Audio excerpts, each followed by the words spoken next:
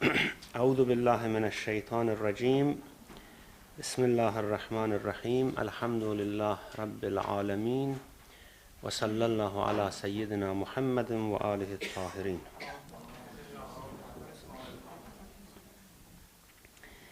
إنما الصدقات للفقراء والمساكين والعاملين عليها والمؤلفة قلوبهم وفي الرقاب والغارمين وفي سبيل الله وابن السبيل فريضة من الله والله عليم حكيم.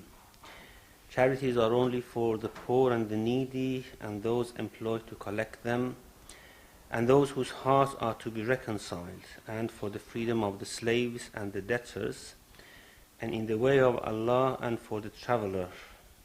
This is an ordinance from Allah, and Allah is all-knowing, all-wise. We discussed different categories of the people who should receive zakat. Then we stopped at the seventh category, وَفِي سَبِيلِ اللَّهِ, and in the way of Allah. Of course, all the other categories could be somehow classified under this seventh category, because all of them are in sabilillah, that's for the way of Allah. Giving money to the poor and the needy and those whose hearts are to be reconciled, all are in sabilillah. But because of their importance and that there should be a specific share for these specified groups in those who are included in sabilillah, they have been separated. Now, whatever comes in good intention, whatever you give in good intention, which is of course different from the categories listed here, that could be regarded as sabilillah. Of course, it is very difficult to explain what is sabilillah, the way of God. The most apparent meaning is whatever would please God and would bring you closer to God is a way of God. In the Quran we have, of course, some verses alluding to sabilillah.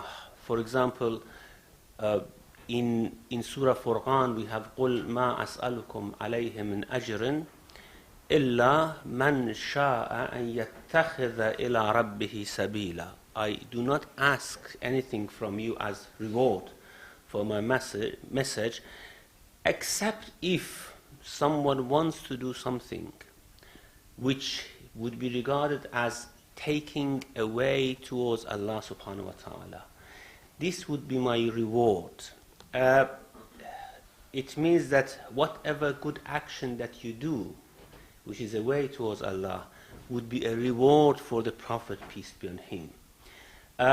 Of course, this is very interesting. Prophet is saying that you go closer to Allah, that would be my reward. And this is a very type of beautiful reward that Prophet sallallahu alaihi wasallam is asking from us.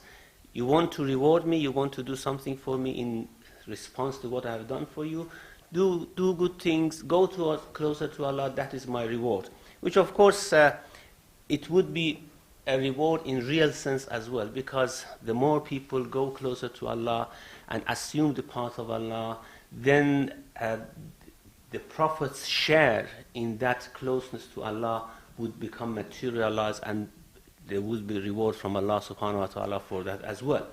However, the mention of sabilillah here, إِلَّا مَنْ شَاءَ أَنْ يَتَّخِذَ إِلَىٰ رَبِّهِ سَبِيلًا, whoever wants to take a sabil towards his Lord, would show us that whatever course of good action that we take, it would be regarded as something which is regarded as taking the sabil, the path, the way of Allah subhanahu wa ta'ala. Of course, in other verses, this specific type of reward is explained, as we know, and this is a Shia argument all the time. In Surah Shura, we have قُلْ مَا أَسْأَلُكُمْ عَلَيْهِ مِنْ أَجْرٍ إِلَّا الْمَوَدَّةَ فِي الْقُرْبَةِ. I do not ask for any reward but to love my relatives, my Ahlul Bayt. which is, of course, if we compare the two verses with each other, the verse in Surah Furqan and the verse in Surah Shura, it would be something like this, that having love for Ahlul Bayt is taking away towards Allah subhanahu wa ta'ala, assuming away towards Allah subhanahu wa ta'ala. And this is what I want from you in terms of reward. And both of them come to the same thing, and that is taking a sabil towards Allah subhanahu wa ta'ala. So generally speaking, whatever would bring us closer to Allah subhanahu wa ta'ala, whatever pleases Allah subhanahu wa ta'ala would be sabilillah, and therefore zakat could be spent in that way. Generally, if all other classes and categories are fulfilled, then we can spend zakat in whatever pleases Allah subhanahu wa ta'ala. For example, in building bridges for people, that is sabilillah. Building mosques, that is sabilillah. Publishing religious books, that is sabilillah. And all things which somehow help the religion of God, that is also sabilillah. Just to complete this concept, we have two different parts mentioned in the Quran. One very frequently, and that is Sirat Allah. Sirat is a broad way, is a very broad, something like a highway, and Sabil are small roads which go inside that highway. In Surah Shura, again we have إِنَّكَ لَتَهْدِي إِلَى صِرَاطٍ مُسْتَقِيمٍ. You guide towards the right path, صِرَاطٍ مُسْتَقِيمٍ. صِرَاطِ اللَّهِ, the path of Allah subhanahu wa ta'ala, الَّذِي لَهُ مَا فِي السَّمَاوَاتِ وَمَا فِي الْأَرْضِ. Then we have again about the Quran, in some other verses of the Quran, that this Quran guides you towards subul salam, the paths of security. يهدي به الله من اتبع رضوانه subul salam. Whoever follows the pleasure of Allah subhanahu wa ta'ala, seeks the pleasure of Allah subhanahu wa ta'ala, Allah with this Quran would guide them towards the paths, ways of security. Subul salam. وَيَهْدِيهِمْ إِلَىٰ صِرَاطٍ مُسْتَقِيمٍ. And those subul salam would lead them towards صِرَاطٍ مُسْتَقِيمٍ. If we want to picture the concept for ourselves, we would have a highway going towards Allah subhanahu wa ta'ala. And when we want to begin, where we begin our way towards Allah subhanahu wa ta'ala, when we decide to go towards Allah subhanahu wa ta'ala, we might be away from that Sirat al-Mustaqim, as we usually are, because we don't know what is that Sirat al-Mustaqim, what should we do, how should we behave to come into that Sirat which leads us directly toward Allah subhanahu wa ta'ala. We might be far away from that Sirat. Now, there are some roads, some small roads which guide us towards that Sirat, brings us into that Siratul Mustaqim, and then from that Siratul Mustaqim, it's just as you are living in a village, you want to go to a big city, there is a highway towards that city, but there are some small routes, some subsidiary routes, which leads you towards that highway. These, if we somehow imagine that in a spiritual way, there are small paths, routes, which you have to take to come into as-Sirat al-Mustaqim, to come to the main guidance. And these subul, these which are called the path of security, which leads you towards that Sirat al-Mustaqim, is whatever good that you have to do to purify your heart, so that you come to that big highway which leads directly towards Allah subhanahu wa ta'ala. Of course, if we take this, if we picture this in this way, then we understand the meaning of اهدنا الصراط المستقيم, guide us to the right path.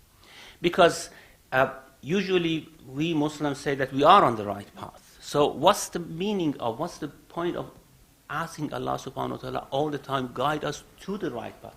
Is not the right path itself something that should we be upon and say that help us moving on the right path rather than guiding us to the right path? Right path is the guidance itself. So what's the meaning of guide us to the guidance? It is quite true. It has a very, very positive meaning. Guidance is not found unless you do purification, unless you have good intention, unless you do something in sabilillah, so that Allah would guide you towards that right path, which when you enter that right path, you directly go towards Allah subhanahu wa ta'ala. And of course, you shouldn't deviate. If you want to keep on that Siratul Mustaqim, again you have to purify and purify. As soon as your heart becomes polluted, you deviate. Again, you have to come back to the right path. And those roads, those small roads which guide you to the right path are Subulus Salam or Subulullah or Sabilillah. So, zakat could be spent in whatever pleases Allah subhanahu wa ta'ala. After, of course, you have fulfilled those categories, fuqara and masakin, which of course are Subulullah as well, but those are specifically mentioned as categories that you must spend zakat on. But whatever else comes is Sabilillah as well. You can spend zakat on Sabilillah as well. So, وَفِي سَبِيلِ اللَّهِ, and in the way of Allah, which is now a bit clearer, وَابْنَ السَّبِيلِ, and for the traveler. A traveler which is away from his city and loses the providence, the money to go back to their own city. This is the traveler, this is called Ibn Sabil. Now, the difference between Ibn Sabil and Faqir and Miskin is that Ibn Sabil might not be Faqir at all. Especially on those days, this was very common. It happened usually. That a very rich man, for example, rich people, they came for business, they went out of their cities for long journeys, and they lost their provision. They finished their provision on the way. They couldn't go back home. If they went back home, of course, they had lots of money. They were not poor. But they lost their provision on the way. They finished it. And usually people, we are told to help, of course, Ibn Sabil. If someone is somehow in need of going back to their own city, to their own provision, we have to help them. And also we have to help them from zakat. It is a duty of the state which collects zakat, or those who want to give zakat, to help these people to go back to their cities. So this is for the traveler, of course not for those who want to travel for a holiday and you give them zakat to go for holiday and come back. No. Well, but of course, if you want to go to for holiday even, and you go to your destination, then you lose, or you somehow finish your provision, you will become Ibn Sabil anyhow. There's no difference in what way you have traveled and you have finished your provision. The criterion is that you lose your provision while you are away from your home, from your capital, from your money. Then you have to be helped to go back.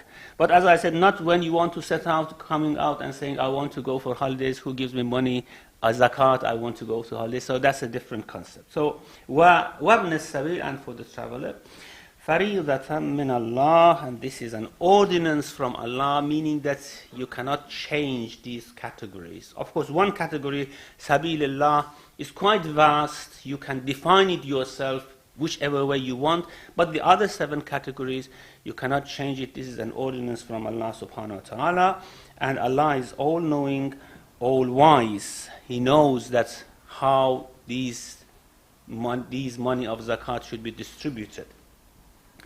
The interesting thing about zakat is that the subjects from which zakat should be taken, the items from which zakat should be taken, in what proportion zakat should be given, is not mentioned in the Quran. It is mentioned in the Sunnah of the Prophet, of course. But in what way it should be spent is mentioned clearly in the Quran. Different categories, these 8 categories are mentioned. This is the way the zakat should be spent. But how zakat should be collected, from what property, in what proportion, of course, it's not mentioned in the Quran. It's left to the Sunnah of the Prophet.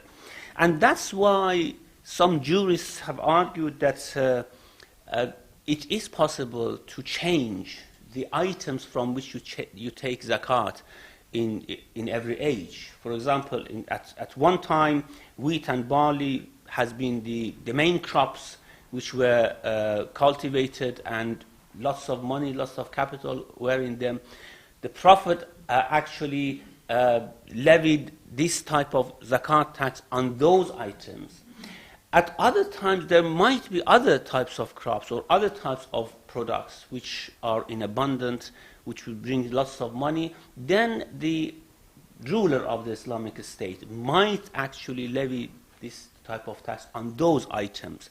Of course, Shi'i jurists, as you know, are very cautious about this. They even have not extended the idea of zakat from gold and silver, coined gold and silver, to banknotes, fearing that this might be a violation of the Sunnah of the Prophet. However, of course, we know that Sunni jurists have already extended that to banknotes as well.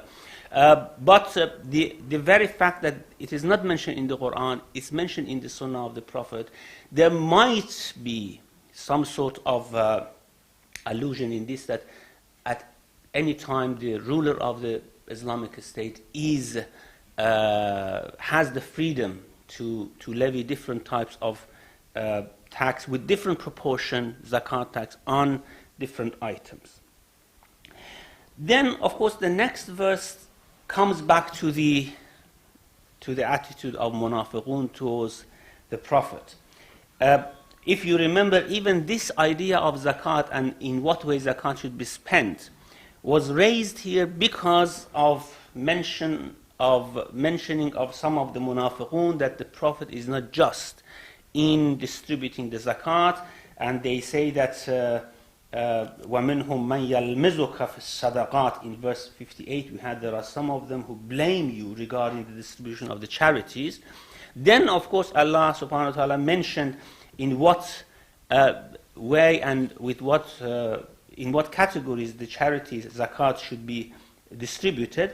Then it comes back again to the criticisms of munafiqun against the Prophet. Verse 61, وَمِنْهُمُ الَّذِينَ يُؤْذُونَ النَّبِيَّ وَيَقُولُونَ هُوَ أُذُنٌ قُلْ أُذُنُ خَيْرٍ لَكُمْ يُؤْمِنُ بِاللَّهِ وَيُؤْمِنُ لِلْمُؤْمِنِينَ وَرَحْمَةٌ لِلَّذِينَ آمَنُوا مِنْكُمْ وَالَّذِينَ يُؤْذُونَ رَسُولَ اللَّهِ لَهُمْ عَذَابٌ أَلِيمٌ. And among them are those who torment the Prophet, who annoy the Prophet, and say, he is an ear, meaning that he is quite naive. He accepts whatever we throw at him. Say, an ear that is good for you. He has faith in Allah and trusts the faithful, and is a mercy for those of you who have faith. As for those who torment the Apostle of Allah, there is a painful punishment for them. One of the qualities of the Prophet, peace be on him, as a noble person, was that he never denied or defied people in their statements. Whoever came to the Prophet and said something, Prophet approved and said, yes, it is possible that you are right. In the sense, not of course, about giving facts about what goes in the outside world. Whoever stated something about themselves, that this is my attitude, this is what I believe, Prophet approved and never questioned. And this is something that we have to learn as well. We have to take people for what they say and not really suspect very much what is inside in the intention of people, suspect whether they are telling lies or not telling lies. This is very, very important, and this was the attitude of the Prophet. With regards to this verse, there is a story as well, which would explain it. Of course, it couldn't be limited to that story, but explains it. Someone apparently called Abdullah bin Nabtal, who was one of the munafiqun, a verse was revealed to the Prophet about his hypocrisy. Or not a verse, the Prophet was informed by Allah subhanahu wa ta'ala that he was a hypocrite. He said such and such a thing while in private with other people. And of course, prophets told others that this is the attitude of Abdullah ibn Nabtal. He heard it, he came to the Prophet and he said, I haven't said this, while he had done it. Prophet said, okay, but try not to do it if you intend to do it. I accept what you say, but try not to do it if you intend to do it. And then this hypocrite came to his people and said, look how naive this Prophet is. He says that Allah has revealed to me that this man has said such and such a thing. And when I go to him and tell him that I didn't say, he said, okay, I accept, you didn't say. So he even doesn't know whether he accepts the word of his Lord or he accepts our words. He accepts both of it. He is like just an ear. Whatever is thrown at him, he accepts. Now, the type of lesson that we learn from this story is magnificent. Even when Allah has revealed to the Prophet that this is the case with this man, when the man goes to the Prophet and states that I haven't done such a thing or I haven't had such a status, Prophet says, okay, I accept it from you because you say it. Not that in reality I don't know what is the reality. I accept it from you, I take your word, and you don't do it again, for example. And what if we don't know the inside nature of the people, and we just suspect that they are not telling the truth, and we build upon that suspicion many, many things, and we go around talking about those people. The idea here is that a believer, even the one who pretends belief, their statements should be taken as the face value about themselves. And this we have in many, many other verses of the Quran. وَلَا تَقُولُوا لَمَنْ أَلْقَى إِلَيْكُمُ السَّلَامِ لَسْتَ مُسْلِمًا. Even if you know people are hypocrite, when they say we believe, we say salam to you in the way Muslims say salam to each other, you don't say that you are not Muslim. You don't say, no, we know that inside your heart you are a hypocrite. Usually nowadays, I have seen this in many communities, people start slandering against each other that these people are hypocrites. They do not believe in Islam, for example, because of what they have said in such situations. And even if those people come out and say, no, when we said this and this and this, we did not mean that we do not believe. We had some sort of excuse or justification for it. We are not going to accept it from them. And this is what the Quran teaches us. Of course, there is another qualification for this that I will mention after we go through the verse. So it says, and among them are those who torment the Prophet, مِنْهُمُ الَّذِينَ يُؤْذُونَ النَّبِيِّ, and say he is an ear. It's just like a naive person, like an ear. Whatever is thrown at it, it hears. Ear, this is the quality of ear. You tell lie or you tell the truth, the ear would take it. It's just the quality of ear, isn't it? Then, of course, there's a judgment which goes about what we have heard. That judgment comes later on when the ear receives it. Now, the Prophet is just an ear. He receives whatever is thrown at him, and he doesn't judge. He cannot discern between right and wrong. He cannot discern between truth and false. Now, here it says, قُلْ أُذُنُ خَيْرًا لَكُمْ. Even if he is an ear, he is an ear that is good for you. Why good for you? Because although Prophet knows much better than you what goes inside your hearts, but through his mercy, through his noble character, he is never going to reveal it to you or to reveal it to others. He just trusts you, he accepts from you to teach you a lesson as well, that you should trust. If Prophet trusts, you should trust as well. يُؤْمِنُ بِاللَّهِ وَيُؤْمِنُ لِلْمُؤْمِنِينَ. This is, of course, allusion to the very specific story, that he has faith in Allah and trusts the faithful. In that revelation which came to the Prophet about that hypocrite, that he is a hypocrite, and he came and said, no, I am not a hypocrite. Prophet said, okay, I take your word, but try not to act like hypocrites in future. So he has faith in Allah. Of course he knows that what Allah has revealed to him, and of course he believes in what Allah reveals to him.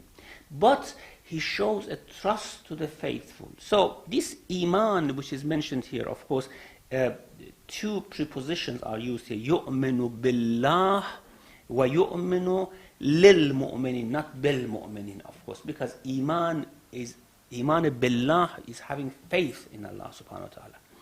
Iman lil-mu'minin is having trust in mu'min, not believing, of course, in what they say, just showing trust to them. So this is the noble character of the Prophet. He believes in whatever Allah says, but he shows trust to mu'minin. يُؤْمِنُ لِلْمُؤْمِنِينَ وَرَحْمَةٌ لِلَّذِينَ آمَنُوا مِنْكُمْ, and is a mercy for those of you who have faith. Of course, he is rahmah for those who have faith, not for hypocrites, because he cannot guide the hypocrites. He is rahmah because he guides. And the hypocrite who hasn't found the guidance, therefore the Prophet is not a rahmah for them, is somehow even opposite of rahmah, because by showing their attitude towards the Prophet, they are going to receive punishment from Allah subhanahu wa ta'ala. So he is not rahmah actually for them. He is rahmah only for the believers. As well, this is again another reason why he is not rahmah for non-believers, for hypocrites. As for those who torment the Apostle of Allah, there is a painful punishment for them from Allah subhanahu wa ta'ala. We have another verse about the Prophet who somehow apparently contradicts this verse, which says, وَرَحْمَةٌ لِلَّذِينَ آمَنُوا مِنْكُمْ. And that's the verse in Surah Mu'minun, which says, وَمَا أَرْسَلْنَاكَ إِلَّا رَحْمَةً لِلْعَالَمِينَ. We have sent you but as a mercy for whole humankind. And here it says, he is rahmah for mu'minin only. وَرَحْمَةٌ لِلَّذِينَ آمَنُوا مِنْكُمْ. And even not only not a rahmah for disbelievers and hypocrites, but a punishment for them, because Allah would punish them for their attitude. So there would seem an apparent discrepancy between these two statements about the Prophet. In one statement it says rahmatun lil alamin, he is rahmah, mercy for the whole of mankind, and then rahmatun lil ladina amanu minkum in this verse, which seems to be more specific.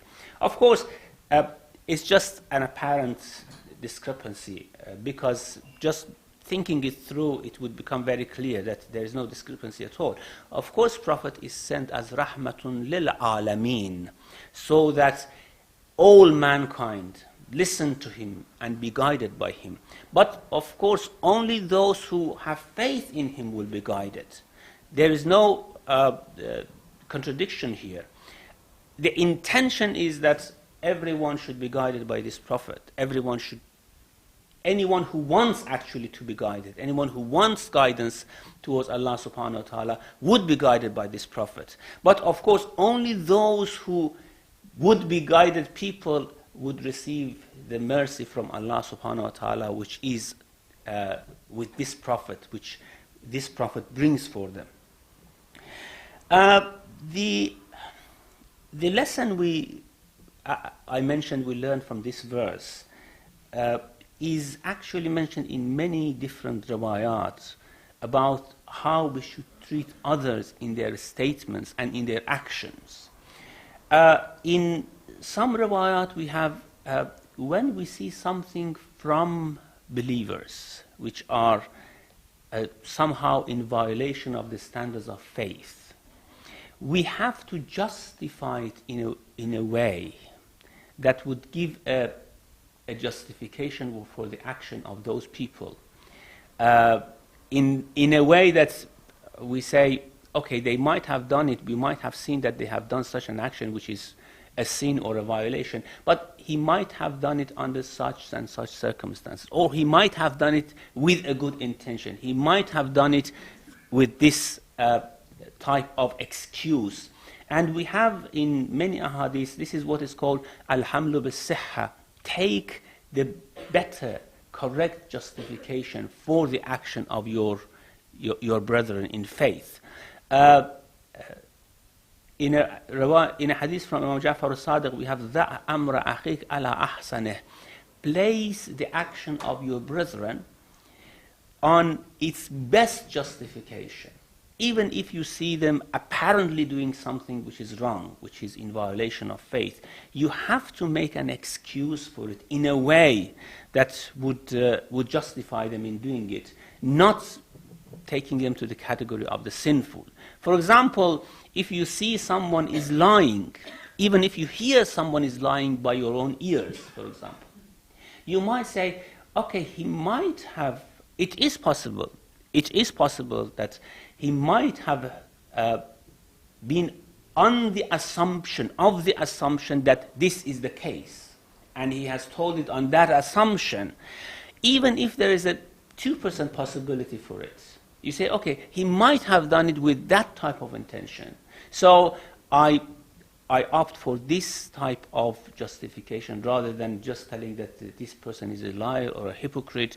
And in all other actions, in all other behavior of the faithful, we are told that we have to behave, we have to judge them in the best way that we might judge a person with good intention. Of course, there are times in which this would become very difficult. We have one hadith from Amirul Mu'minin alayhi salam as well, that there are times that people usually are good. Majority of the people are good, and a minority are evil. And in those instances, if you see something from your brethren, you might give them a good excuse for it, so that you do not categorize them as sinful. And there are times in which majority are evil.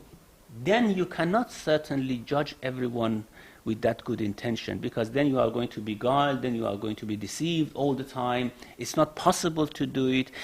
And also you have to know that the people whom you judge belong to what sort of group of people, what sort of community. If there is someone who is always doing good things, and suddenly you see something evil from them, this is the case when you have to take that good attitude towards this person and say that, yes, it is possible that there might be a justification, there might be an excuse for what this person has done. And if someone is always doing evil, suddenly coming out, showing you good faith, showing you Islam, for example, then of course this is the time when you cannot justify or give a good excuse for all what they have done. However, when we come to the case of the Prophet, peace be on him, the whole picture is very different. Prophet, peace be on him, although he had revelation as a support of his knowledge, and although he was so clever in realizing the attitude of the people, but his noble character never allowed to somehow mistrust a person or judge a person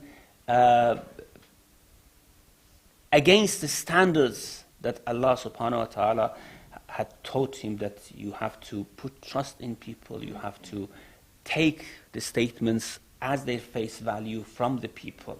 And this verse is very important, because it would somehow describe for us the attitude of the Prophet towards his very different types of companions that he had around him. And he actually treated them all in the same way, without really wanting to examine what goes inside their hearts, what they actually believe in, what they actually are conspiring in their hearts or whatever.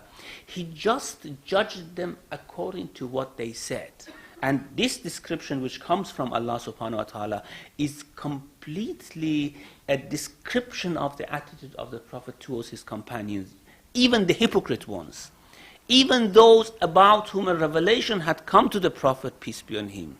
The verse says, يُؤْمِنُ بِاللَّهِ, he has faith in Allah, whatever Allah reveals to him with regards to the people, but he does not lose that sense of trust which he shows to everyone. وَيُؤْمِنُ لِلْمُؤْمِنِينَ. And this is why we will see that many companions of the Prophet, later on, it was transpired that they were not that sort of characters that they showed to the prophets, the characters that they were actually showing at the time of the Prophet. Still, Prophet treated them just like very, very strong believers because they stated it, because they said that we are true believers. And Prophet just showed that sense of trust to other people. And sometimes this, of course, this is, if you have a person behaving like this in our community, we certainly say that they are naive, isn't it? Very naive, and they just hear whatever people say. Huwa udhun. Exactly the same thing as is said about the Prophet. Yaquluna huwa udhun. It's just like an ear, just receives whatever is thrown at him.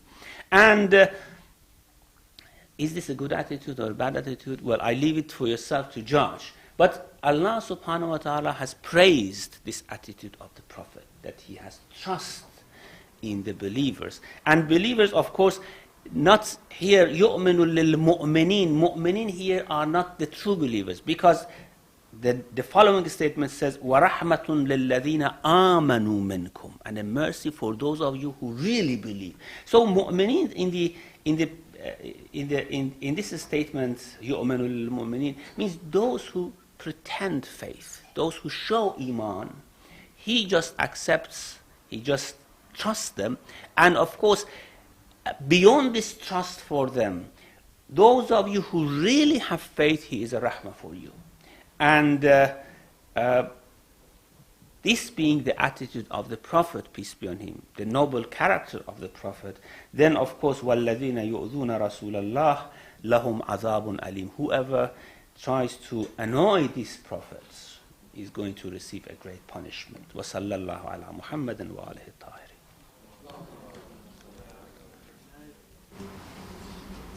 Okay, Brother Sister, we are ready now for question and answer. Yes, you're right. Sheikh, you were talking about the way the Prophet dealt with people. At the same time, we know there are times the Prophet said enough is enough, and he exiled people like Marwan. So it's not that he just accepted, he sometimes said, look, I'm sorry, this is not acceptable, leave. And in the Quran, Allah says in Surah 6, Ayat 123, that I've put criminals in your towns and in your societies to test you. So how do we deal with these? Well, for surely these criminals will always show themselves to be nice people. Nobody shows themselves to be a criminal. And if we adopt this attitude, which seems commendable, what happens to the people in our society? Because these are the people who cause mischief. And if everybody then keeps quiet and sits on the fence and says, well, really, we should trust them, and then great harm comes from this. As you see in Iran, for example, there are people who do this in our communities. How do we find this balance? Well, there are two different issues here. One is the matter of law and bayyana, so to speak, the truth, and the argument between people. Certainly, Prophet as a judge cannot accept whatever the parties would tell him. He should require the proof for what they say, because he is a judge now. He cannot say, okay, I accept what you say, I accept what you say, and both of you are right. So this is the matter of judgment. And when legal matters come, of course, that's where the proof should come. Also,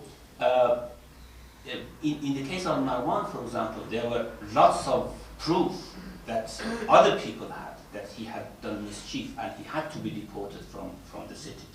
Or even if a person really causes mischief and we have to take an action against them, then that's possible. that we say, okay, these are the reasons that we have against you, and we want to take this action, you have to be deported or punished or whatever.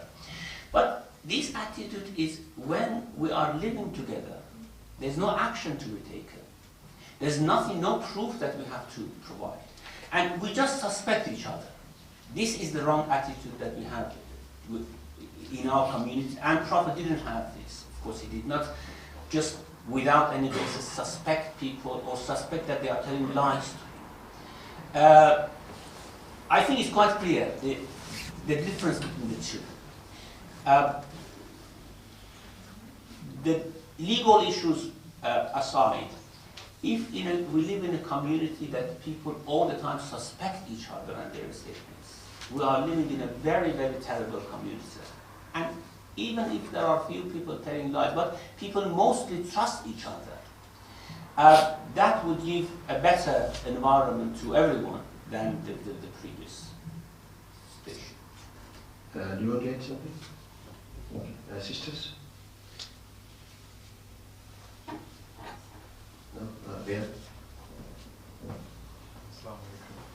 Thank you again very much for the lecture. I'm struggling with this concept. I find it very difficult that we can actually accept people at face value, because there are implications in that. In a society, you need to be able to make, if you like, judgments for yourself about what people's perspective is, because that's going to influence your relationship with them. It may also then affect how other people interact with that individual, because if they can, by association, see that you have a relationship with them, then their actions are not taken into account. So that leads me to think, are there two levels at which we look at this? At one level, we accept what people do, but at another level, when we have to take an action, we use our judgment. But that seems to go against the spirit of what the ayat is telling us. So I have a real difficulty in understanding. Yeah, it is very difficult actually. But what I understand is that when people state something and say that this is what I believe, this is what I say, we have to accept it from them and try to encourage them to show the actual outcome of those statements. That, for example, if they say we believe in God, you say, okay, you believe in God, very good, let's go to mosque, let's pray. And by this way, even if they are hypocrites, they are encouraged to come, to pray, to do good things, until it transpires that they were telling lies. Then that's a different issue. Sometimes our attitude is, even if sometimes says that I believe in something, but if we suspect them, we try to put them in very difficult tests and examinations so that they give up their statements. And this is not the right attitude, I think. The right attitude is to encourage people to to somehow behave according to what they say. And of course the judgment that in what situation, what type of attitude we should have towards people is very difficult. I mean, sometimes some people are so hypocrite that if you give them that encouragement, they would destroy the whole community. That's a different issue. But you take this in such a situation that you live in a community, people try to be good, people try to somehow behave in a faithful way, but they have, of course, difficulties in their faith, they have difficulties in their action, but they are trying to somehow improve. And you do not accept their faith because, of course, they don't have that 100% standard type of typical behavior of a Muslim. You do not accept it from them. And you discourage them to get closer. And this is the wrong attitude, of course. It is, of course, left to our judgments how we have to behave. As Amir al-Mu'minin said, in a time you cannot imply this. You cannot apply this rule. And there are times that it is good to apply it. It is left to our own judgments, I suppose. Sisters? You know the word believers, believe, does it include Christians and Jews or just Muslims? So do we just behave like this with just Muslims or other religions as well? It's a good attitude with everyone, actually. Of course, here, mu'minun wa yu'minu lil mu'minin doesn't really mean the believers who have faith. Just means those who have submitted to the Prophet. And this is very much used in the Quran. Even the hypocrites are included in this mu'minun. Or Ya ayyuhal ladhina amanu. Many verses which says Ya ayyuhal ladhina amanu, it includes the hypocrites as well. Those who say we believe in the Prophet. Those who just say we believe in it. Then of course it says Ya ayyuhal ladhina amanu, amanu billah wa rasulih. Isn't it? It means that not all of you have yet believed in Allah and the Prophet, but he calls them Ya ayyuhal ladhina amanu, and he tells them that you have to have faith in Allah and in Prophet. Or Ya ayyuhal ladhina amanu taqullah wa aminu bi rasulih. All you who have faith, including everyone, hypocrites and everyone around the Prophet, fear God and believe in whatever the Prophet says. So for the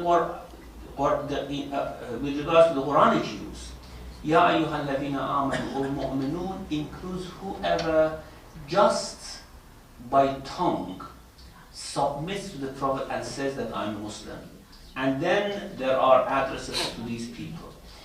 However, of course, this is not used for Christians and Jews who do not say that we have submitted to the Prophet. It's not used in the Quran.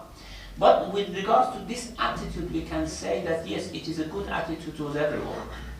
You have trust in people. In fact, it encourages trust in people rather than mistrust. And I think this is a good thing. Except, of course, when we have exceptions, when we have cases that would have very bad repercussions if we have that unqualified trust in people.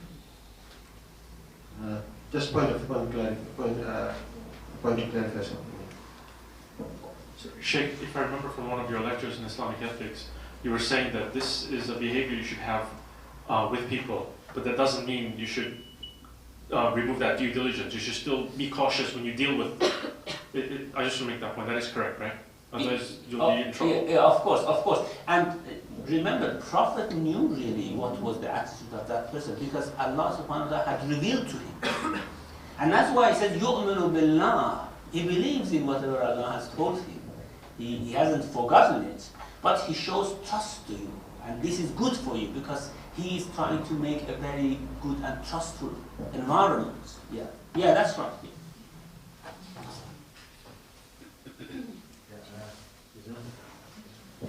I have a comment and a little question. The comment is relating to what we've just been discussing. I have no problems understanding this concept. I love Muslims. Every interaction with a Muslim, the starting point has to be, whatever you're hearing is right. I'm talking about, let's not complicate it, it's simple everyday social interactions. Whatever I hear from a Muslim, I give him the full benefit of doubt. He or she is telling the truth. Of course, the concept of once bitten, twice shy overrides. If you have given a loan to someone who is in need, if someone has said and you have done something for them, someone has complained about it, whatever it may be, you accept that as a starting point. If that same individual or a period of time, of course, has been found repeatedly to have not said the truth, then of course, then you break up your relationship. But if you have that perfect relationship from the beginning, that whatever that person has said is truth, then I think it helps tremendously. And of course, 1 out of 10, you might be thrown back. But I think the benefit of doubt goes, and that's why I always say I love Muslims, and all Muslims are correct. And that goes across all sectarians. My question is very simply relating to zakat. The percentage of this 2.5%, how did that derive? Do the Ahl Sunnah use the same 2.5%, and all the schools of thoughts of Ahl Sunnah use the same 2.5% as well?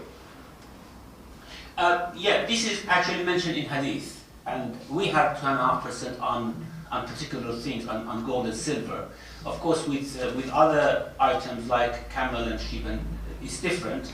But the quorum there is a quorum, first of all, for the item that you have to pay zakat for, and then for gold and silver, it is 2.5%. Yes, this is mentioned in the Sunnah. So just to relate the question, is it 2.5% on income or net saving? No, on whatever you have. Not Whatever you have when you received it, or whatever you have at the end of the year after having spent. Of course, for those people who receive salary, this is different. These are for actually the capital that you have at the end of the year. So if, for example, you have £200,000, and next year again you have that £200,000 or £250,000, what you have spent, that's not counted, okay?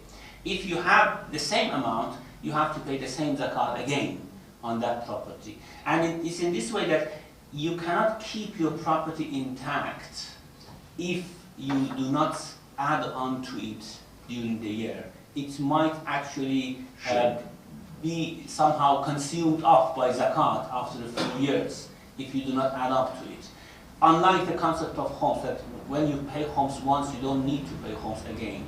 On zakat it's different, but yes, it's the amount that you have at the end of the year, after you have spent whatever you needed. So, Sisters? Yeah. You got the mic? Assalamu alaikum. What I wanted to ask is, with this believing people and trusting in them, it's absolutely wonderful. And actually, if you don't trust in people, then you get a very bad response from them. But sometimes it happens that you start by being very nice and trusting them and behaving to them as a Muslim you should. But over a period of time, you discover that you don't get the same response. Is it wrong to actually within you then have this reticence and this hesitation to continue to respond and behave in the same way as you have been doing, and then obviously your behavior changes over a period of time towards certain people who haven't responded in the same way. So is it wrong to be cautious and actually express this caution to members of your family and discuss it? Is that also considered to be wrong? I think Dr. Nazar explained this very eloquently, that you shouldn't be bitten twice. If you show trust to someone and then they somehow fail you once, twice, 3 times, then certainly you lose that sense of trust. Okay, you lose it. However, as I said, trust would give an encouragement to people to behave good. If you mistrust whatever people say, then this is a discouragement towards doing good things. However, if someone has actually betrayed your trust once, twice, 3 times, then certainly you lose that sense inside your heart, from your heart.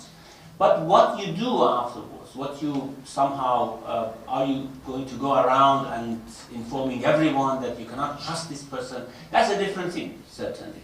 But your behavior changes, of course. Yeah. And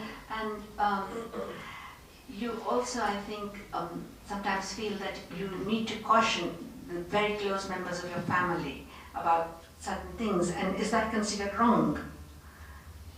I mean, I'm not talking about outside the 4 walls of your house, or well, I think it's your own judgment. This is not something for me to judge. Any sister before we come to Zuhair here? No? Zuhair.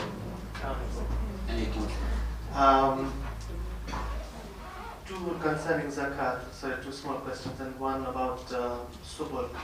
Ibn Sabil, they are wealthy obviously, but they are in a problem at that particular time. Are these people actually expected to repay it at all, or is it once they reach their home, that's it, it doesn't matter, they don't have to pay back? No, paid from the zakat, they don't have to pay it back. At all? No. Because it was difficult actually, especially at those times, Now, of course, it's very easy. You just send a bank draft or whatever. But on those days, it was very difficult. For example, you were somehow left destitute 1,000 miles away from your home. It was difficult to return it back to them. So there is no such a rule that they have to return it. They're just paid from the zakat. The second one, these jurists who argue that the fact that the items are not specified in the Quran, and therefore there is a possibility that zakat could be levied on other items such as banknotes, coins, and whatever. Well, neither is the form of prayer in the Quran. So does it mean that there comes a time when we decide, well, we might as well change the form of prayers as well? And there are many other things which are from ahadith, not from the Quran. It will open up a door for people to change whatever they feel is appropriate at that particular time. Yeah, of course, this is a right argument coming from those who actually oppose any change into the items of zakat. However, those who are for it, they have another argument. They say it's very different. The items on which you levy zakat is very different from the type of prayer and worship and your connection with Allah subhanahu wa ta'ala.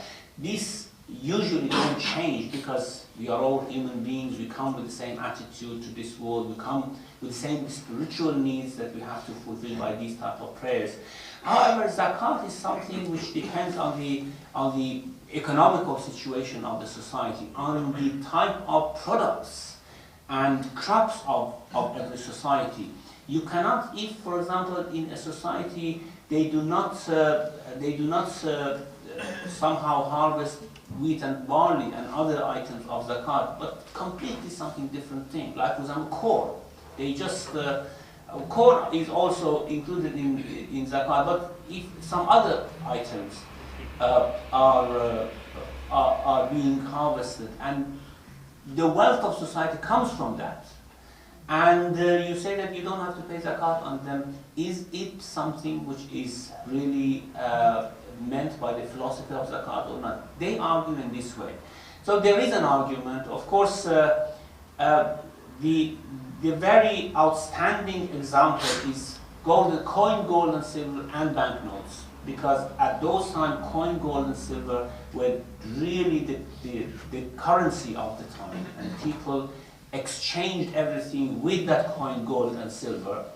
And now we are not using any coin, gold and silver at all, and all the wealth is being exchanged through banknotes, and the capital of a person is being actually measured by banknotes or by credits or whatever. So is it right to say that we shouldn't have zakat on this at all?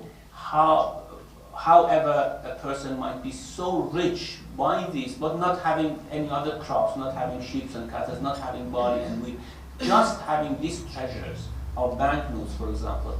Should we say that they shouldn't pay zakat at all? Is it going with the philosophy of zakat or not going?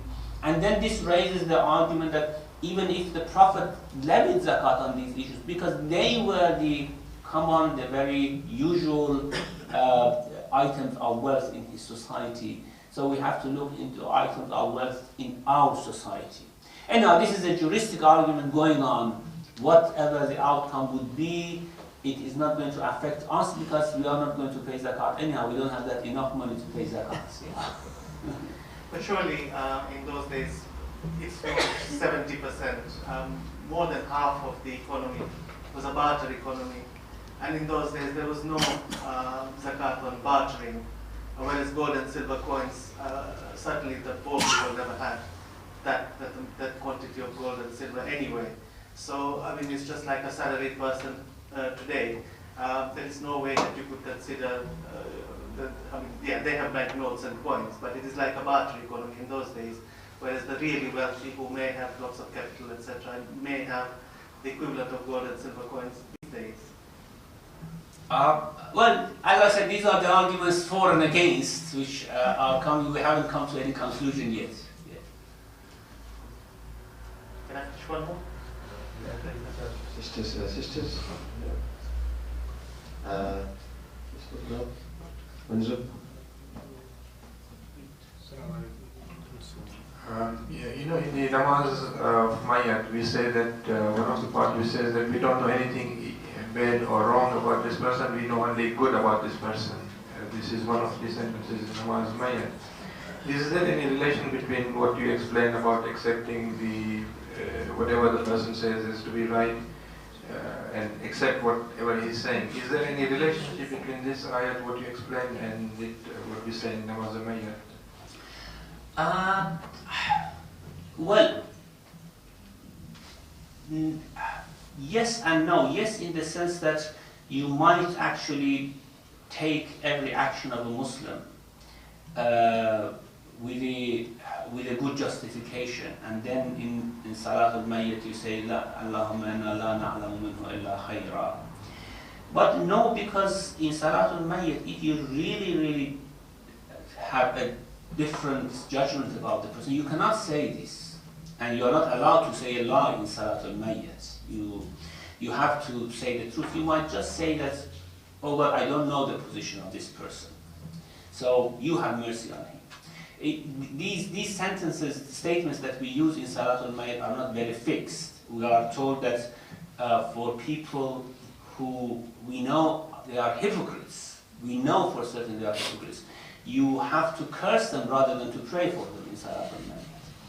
And for people who you don't really know their position, you just say, oh God, resurrect them with whoever they deserve to be resurrected with. And if they are good, then they are resurrected with awliya Allah. If they are evil, they are resurrected with Allah.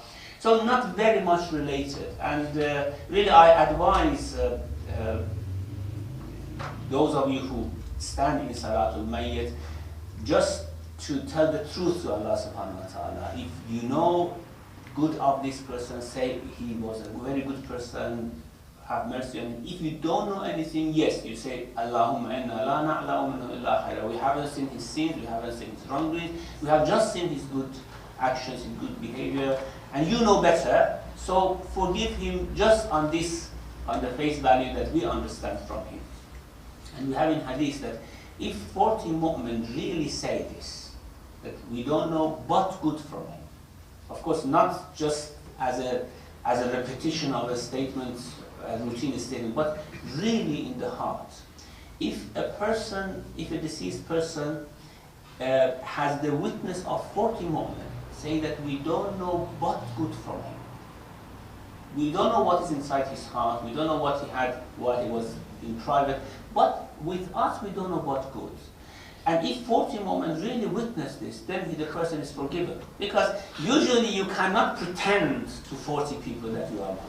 And it comes from a good heart, and then Allah would forgive whatever you have done in private, because you have been good for 40 mu'min. Yeah, this is the case. Just to get some explanation about this, what you mentioned, that if it knows that somebody is, for example, a hypocrite, but we have this tradition that for all the Mu'mins, we say this set wordings that we don't know anything evil about him or anything except a good from him. This is for everyone. Now, the other thing... No, this is not. This is in the books of fiqh, if you go, they say that if the person is hypocrite, you just curse him. And you say, oh God, please bring your curse on this man. Of course, you say it silently because he might be a very prominent personality. Okay? If you say it loudly, then you might be in trouble. Especially on those times when, for example, amirs, kings, they died, and all people had to attend the Salat al-Mayyit. And they were told, say what is inside your hearts, and Allah will take your witness. And this is very important. And Salat al-Mayyit, of course, is good for good people, but not very good for evil people. You explained how, for most of the things that I wanted to ask, but how did we get this tradition that we say the same word for all of them all the time? And especially, we have in certain communities, we have that it's just one person who leads this Mayat all the time and for everybody, and he says the same thing. Now, in his heart, does he have to say one thing loudly and then something else inside him? Because for ordinary believers, it's all almost the same, isn't it? We usually, with the people that we interact, with members of our family, with our friends, it's usually the case. They have been good people, we didn't know anything wrong from them. However, Salatul Mayyit is not accepted if only the Imam recites and others stay silent. They have to say as well. Now, usually, of course, since it's said in Arabic, we don't know what the Imam says, and we just repeat it. But the idea was that you give your witness on Salatul Mayyit. You somehow make your judgment in Salatul Mayyit. And really, for good people, try to ask, to beseech Allah subhanahu wa ta'ala that He forgives him right at that moment. And for evil people, you make your judgment. You say that this is what I knew of this person, for example. And even if you know a person has committed sin, okay, and but he was a good person. He was not that evil person, but sometimes committed sin. Still, you cannot say Allahumma inna la na'lamu minhu illa khayra. You cannot produce a wrong judgment and witness, could you? So you might say that, oh God, even I mean, you could say it in your own language, in your heart. That's, oh God, although I saw these sins from this person, but please forgive him. Something like that. Or I don't know with what intention he did these issues, so, but he was a good person, please forgive him. And this type of habit that we have someone recite and we somehow repeat is certainly not a right attitude towards Salatul Mayyit. It's not something that would be taken by Allah subhanahu wa ta'ala as a witness. It's just something routinely done. Okay, Sheikh, if you don't mind, we have last two questions. One, especially from Riyadh here. On this particular subject, I have a personal, and I'm sure other people have a personal experience on this. When somebody's dying, it's normally a Muslim woman who you know and maybe he's wronged you. So before you go for namaz al-mayyat, you reconcile yourself, and what I did in this particular case was I forgive the person for what's wrong he's done to me. So as a person, he has wronged me, so I come to peace with myself that I have forgotten that he's wronged me. So then I'm still right in saying I know of nothing but good because I've forgotten and forgiven the wrong that he's done to me. Now, if that kind of repentance comes, maybe 40 people say that, and you might send this fellow to Jannah. That's very good, but you say in Salatul Mayyit, okay? You say that, oh Allah, I forgive whatever wrong this person has done to me. You forgive him as well. This is very good. It's very good. Because this is a prayer, isn't it? You cannot produce a wrong prayer to Allah subhanahu wa ta'ala and say something which is not inside your heart. That's very good, yeah, of course. You say this and inshallah Allah will forgive as well. And we have to know, if we forgive, although we are very slow in forgiving, then we should know that Allah would forgive for certain, because He's very fast in forgiving. So if we forgive, Allah forgives, inshallah. Okay, we have a last one, please. Very short one. Sheikh, just coming back to your answer to Zuhair, that they're still debating. Inshallah, the final verdict will come, but it will come 70 years later. I and you will not be here, and that makes me very uncomfortable. My question is, just as an illustration, just talking about this zakah just as an example, but for all modes of life. Charity, including zakah, khums, sadaqah, etc., in this very complicated financial structure of the world that we live in, with individual having assets in more than one part of the world, between property and goods and pensions and life insurances and endowment policies and whatever, does one actually have to make a niyyah that this portion is zakat, this portion is khums, this portion is that? If I err on the safe side and give money over and above all this 20%, 2.5%, whatever, and make sure that they are distributed according to all those categories as well, does it matter? Do I have to have a niyyah that this is specifically for this and this portion is that? Certainly, when you want to give some money, you have something in mind. That's okay. This I do to discharge my duty, or this I do out of compassion, or this I do. I mean, you don't have to say, but you have that in mind. the idea of zakat is that you have to give it to people who collect it, first of all. Of course, we don't have it at this time, at the moment. But the idea at that time was that a person came to you, collected zakat from you. And we have a very nice description of collection of zakat at the time of Amirul Mu'mineen, which is in one of his letters to one of his employees for collection of zakat, that says when you go to the people, because usually when people went to collect zakat from the government, it was just like they were taking taxes. They were very harsh, very brutal. They took the money whichever way they wanted. They took the cattle whichever way they wanted. In Nahjul Balagha, Amirul Mu'minin states that when you go to a people to collect zakat, first of all, you should know that that is their property, not your property. And you just greet them. You should not horrify them because they went with some force, of course, with some soldiers to collect zakat. And you just go to the main gathering in that village or city and say that, "O people, I have come to collect the right of Allah from your property. Is there any right of Allah in your property that you want to give to Allah subhanahu wa ta'ala?"